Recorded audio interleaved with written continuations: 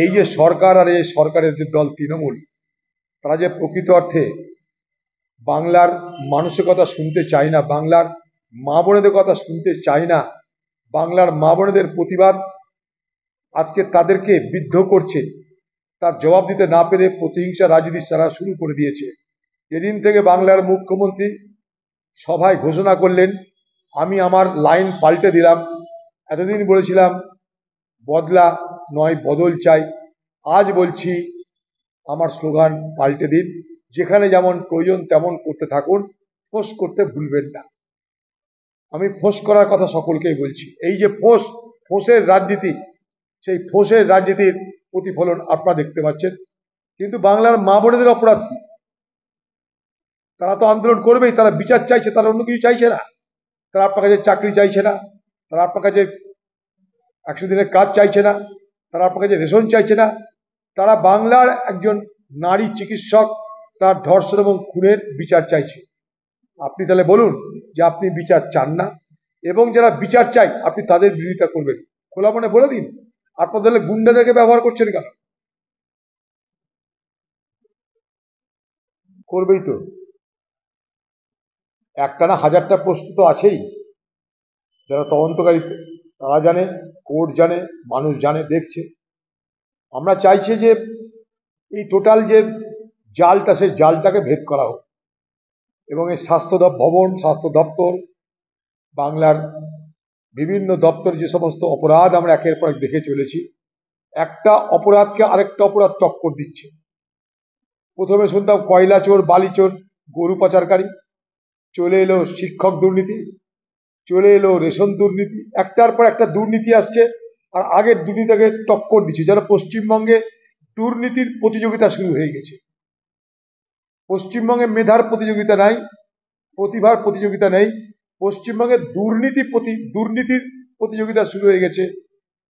আজকে একটার পর একটা দপ্তর সেই দুর্নীতির তালিকায় আমরা দেখতে পাচ্ছি। কপিল সিব্বল পশ্চিমবঙ্গ সরকারের পক্ষ থেকে পশ্চিমবঙ্গের চিকিৎসক জগৎকে অভিযুক্ত করবার গভীর ষড়যন্ত্র করছে। এটা একটা ষড়যন্ত্র ছাড়া কিছু নয়।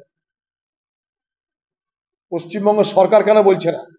যদি পশ্চিমবঙ্গ সরকার রুগীদের চিকিৎসার ব্যাপারে সত্যিকারের তারা সজাগ হয়, ইচ্ছুক হয়, তাহলে এই আন্দোলনকারী ডাক্তারদের সঙ্গে বসে আলাপ আলোচনা করে তাদেরকে কেন কর্মে ফেরত পাঠানো হচ্ছে না? সামান্য জিনিস একটা, আন্দোলনকারীদের সঙ্গে আলোচনা করো, তাদের সমস্যার কথা শোনো, তাদেরকে প্রতিশ্রুতি দাও, কিছু পদক্ষেপ গ্রহণ করো, তাদেরকে কাজে যেতে পারো। তো জেদাজেদির লড়াই চলছে। পশ্চিমবঙ্গের মুখ্যমন্ত্রী মনে করছেন আন্দোলনকারীদের সাথে কথা বললে তার জাত যাবে, আকাশ তার মাথায় ভেঙে পড়বে, তার ইজ্জত বাজেয়াপ্ত হবে, তাই তিনি আন্দোলনকারীদের সঙ্গে প্রতিযোগিতায় নেমেছেন। আন্দোলনকারীদের সঙ্গে প্রতিযোগিতায় নেমেছেন বাংলার মুখ্যমন্ত্রী মমতা ব্যানার্জি। আর সেই কারণে বাংলার কোথাও যদি চিকিৎসার থেকে মানুষ বঞ্চিত হয়, কারণ বাংলার মুখ্যমন্ত্রী মমতা ব্যানার্জি। কারণ স্বাস্থ্যমন্ত্রী হিসাবে তার তো দায়িত্বের মধ্যে পড়ে যে আন্দোলনকারীদের সঙ্গে আলোচনা করে তাদের সমস্যার কথা শুনে ব্যবস্থা নিয়ে পরিষেবা ফের চালু করার দায়িত্ব পশ্চিমবঙ্গের স্বাস্থ্যমন্ত্রী। কেন আপনি স্বাস্থ্যমন্ত্রী হয়েছেন?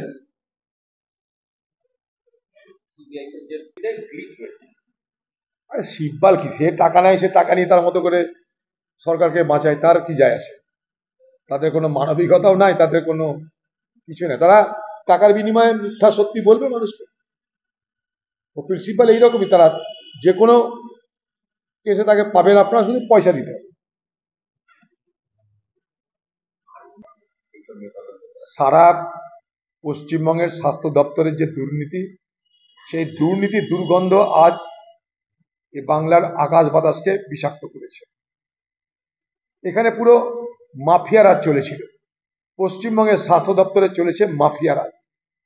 এবং এই মাফিয়া রাজ যদি কারো প্রশ্রয় চলে থাকে, সেই প্রশ্রয় দাত্রীর নাম বাংলার মুখ্যমন্ত্রী মমতা ব্যানার্জি।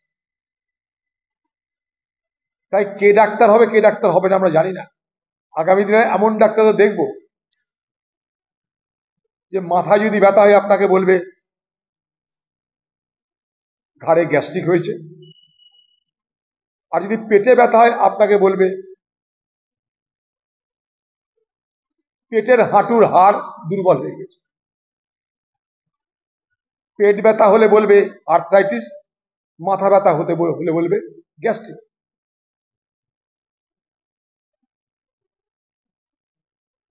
মাথায় গ্যাস্ট্রিক আর পেটে আর্থ্রাইটিস, আগামী দিনে চিকিৎসার আমাদেরই হাল হবে। আগামী দিনে বাংলার মানুষ আজকে যারা মেহনত করে পরিশ্রম করে ডাক্তারি পাস করছে তাদের উপরে ভরসা করতে ভুলে যাবে। এ কোন যুগে চলেছি আমরা, যাদের কাছে আমরা প্রাণ সঁপে দিই তারাই যদি চুরি করে বাটপাড়ি করে পয়সা দিয়ে পাস করে, তাহলে বাংলার মানুষ কোথায় যাবে চিকিৎসা করতে? এ কোন অন্ধকার যুগে আমরা নিমজ্জিত হলাম? এ বাংলা একদিন পুনর্জাগরণের জন্ম দিয়েছিল, এ বাংলা আজ অন্ধকার যুগের সৃষ্টি করছে।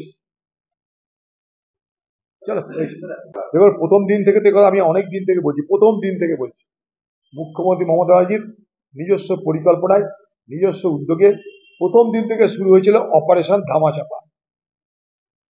সেই অপারেশন ধামাচাপার যে ছন্দ আমরা করেছিলাম, বাংলার মানুষ করেছিল, নির্যাতিতার পরিবার করেছিল, তা আজকে ছত্রে ছত্রে সঠিক প্রমাণিত হচ্ছে।